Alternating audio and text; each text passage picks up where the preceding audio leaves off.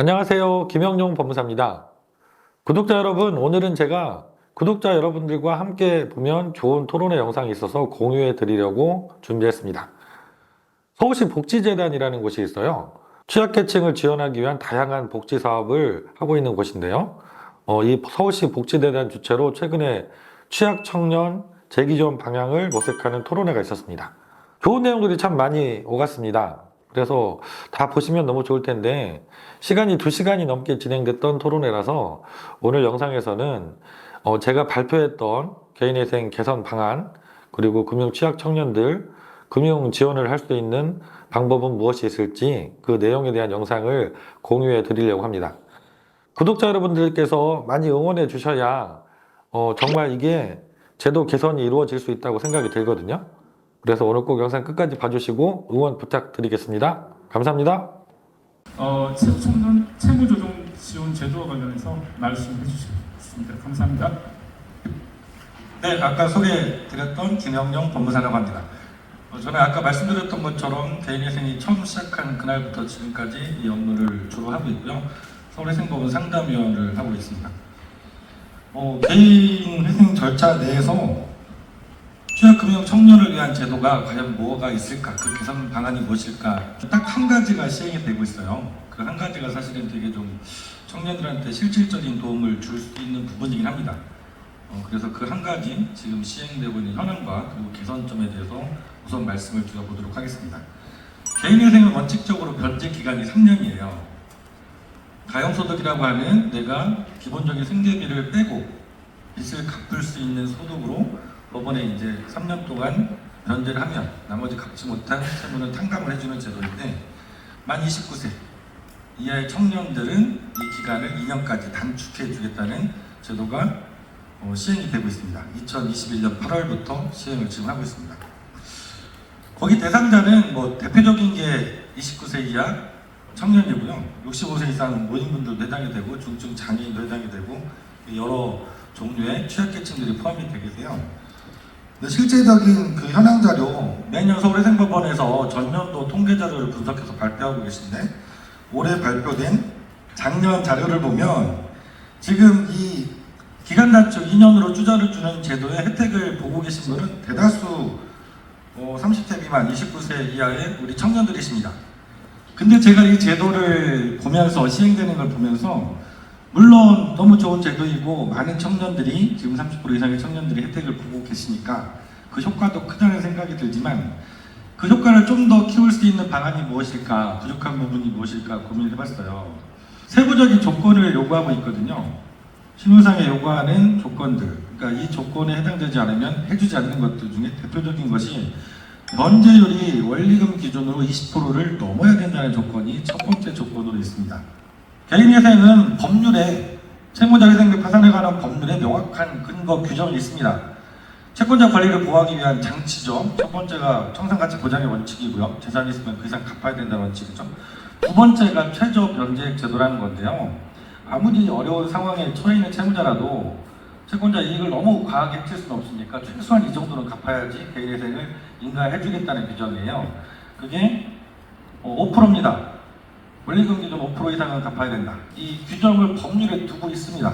근데 취약계층을 돕겠다고 시행하고 있는 변제기간 단축제도에서 최소한 20% 이상은 갚아달라고 조건을 두고 계세요. 그래서 이거는 너무 과다한 제한이다. 법률에서 5%를 얘기하는데 취약계층 보호 차원에서 마련한 제도에서 20% 변제를 요구하는 것은 너무 과다하다. 실제로 제가 상담을 해보면 이 20% 변제율 때문에 2년 단축 이 제도를 활용하지 못하는 청년들이 꽤 계십니다. 그래서 20% 제한 규정을 좀 낮추거나 없앤다고 하면 더 많은 청년들이 이용하실 수 있지 않을까.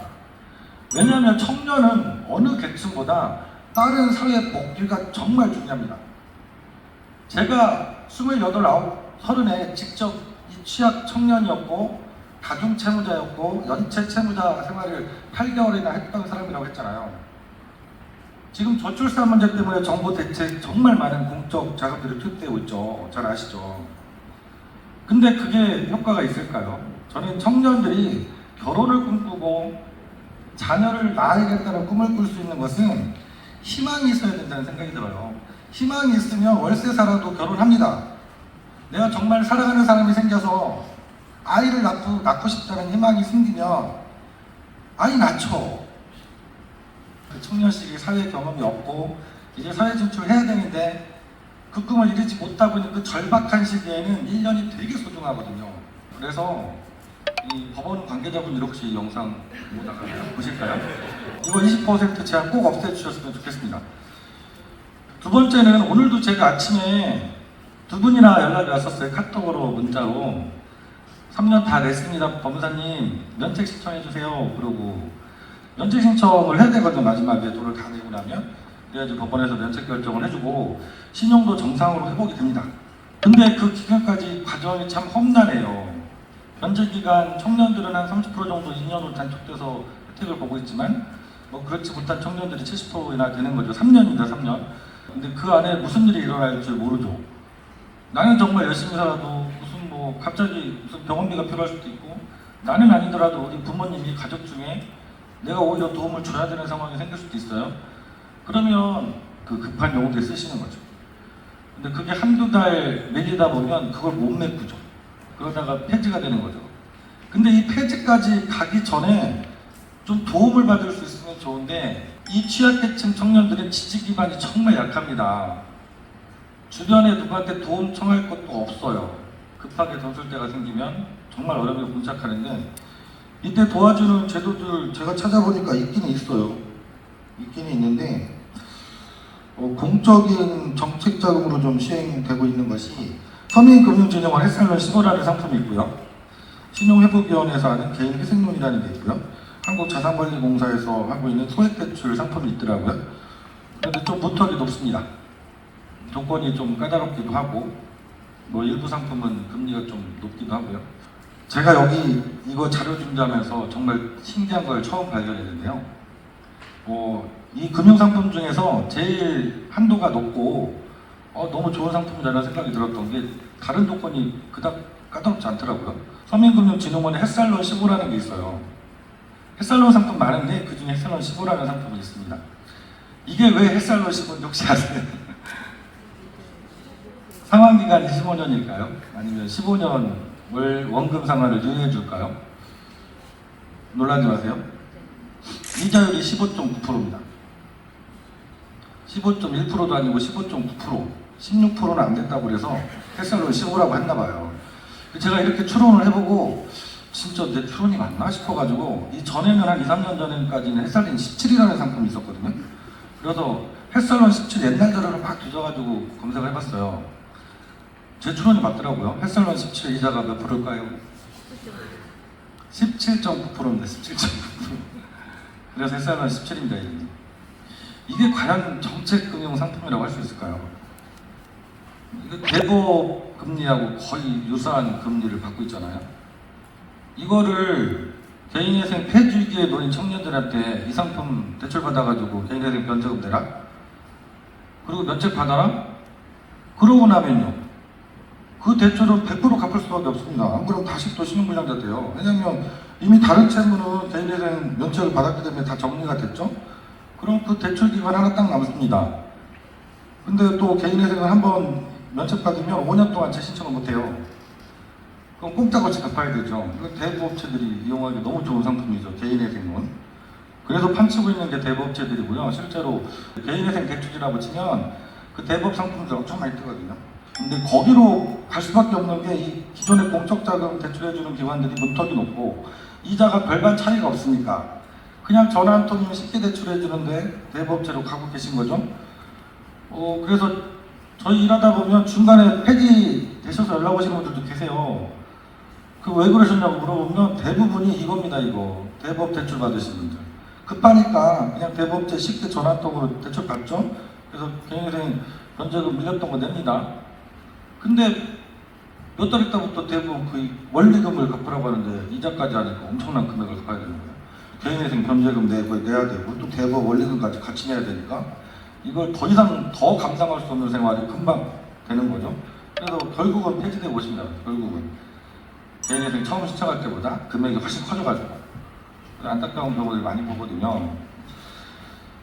그래서 제가 이 폐지 당하시는 분들, 특히 청년분들 왜 이렇게 폐지를 당할까? 이걸 지원하는 방법 없을까? 그렇다고 이분들한테 신용대출을 막 함부로 해주는 것도 사실 문제가 있을 수 있잖아요. 좀 안전하면서 실효적으로 해결해주는 방안이 없을까 좀 나름 고민해보다가 저희 사무실에서 진행됐던 청년들 사건 전부 다를 조사할 수는 없고 15건만 제가 분석을 해봤어요. 2020년도에 제가 신청했던 사건들 과연 얼마나 잘 하고 계신가, 폐지된 분들은 어떤 원인이 주일까 봤더니 그 중에 3분이 폐지가 됐더라고요. 폐지율이 20%죠. 12명은 면책 인용결제까지 잘 받았습니다. 그리고 폐지되신 분들 그리고 잘 진행하신 분들 주거비가 주 원인이 아닐까 싶어서 주거비 중심으로 제가 상담 일지 작성했던 거, 개인회생 신청서 처음에 작성했던 걸 다 찾아봤어요. 분석을 해보니까 제 예상이 좀 맞더라고요. 폐지 결정을 받으신 3명 모두 월세 거주자였고 월세가 되게 비쌌습니다. 60만원, 55만원, 53만원 보증하시는 분이었어요. 그리고 인용 결정을 받으신 분들은, 면책 결정 받으신 분들은 6분은 부모님 집에 거주하시거나 기숙사에 거주하셔서 주거비가 들어가지 않는 분, 나머지 6분은 상대적으로 월세가 되게 작았어요. 28만원, 33만원 이렇게. 그래서 주거비가 이 폐지당하는 분들한테 주된 요인이 되고 있구나 라는 제 처음 생각이 맞았다는 좀 결과를 알 수 있었고요. 그래서 고민해 본 것은 취약 청년이라고 해서 일방적으로 무슨 금융상품을 더 제공하고 이렇게 옳은 정책은 아닐 수도 있습니다. 무작위로 신용대출을 더해주는 게 마냥 좋은 방안은 아닐 것 같고, 지원하면서 정책 효과가 클 수 있는 게 전세자금 대출이지 않을까 하는 생각이 저는 개인적으로 들었어요. 왜냐하면 전세자금 대출은 사용도로 쓸 수가 없잖아요. 은행에서 바로 집주인 계좌로 입금이 되고, 그 다음에 임대기간 끝나면 집주인이 은행으로 바로 집어넣고, 실권 설정, 채권 양도라는 담보 설정 방법을 취하면 되기 때문에 다른 용도로 쓸 수가 없죠. 그래서 직접적으로 좋은 그 지원 방안이 되지 않을까 하는 생각을 저는 해봤습니다. 네, 이렇게 제가 2가지 말씀을 드렸습니다. 감사합니다. 공감할 수 있는 그런 문제제기 해주신 것 같고요. 정보도 좋았고 스토리텔링을 정말 잘하신다. 그냥 이렇게 유명 유튜버가 아니신 생각이 들었습니다. 네, 구독, 좋아요.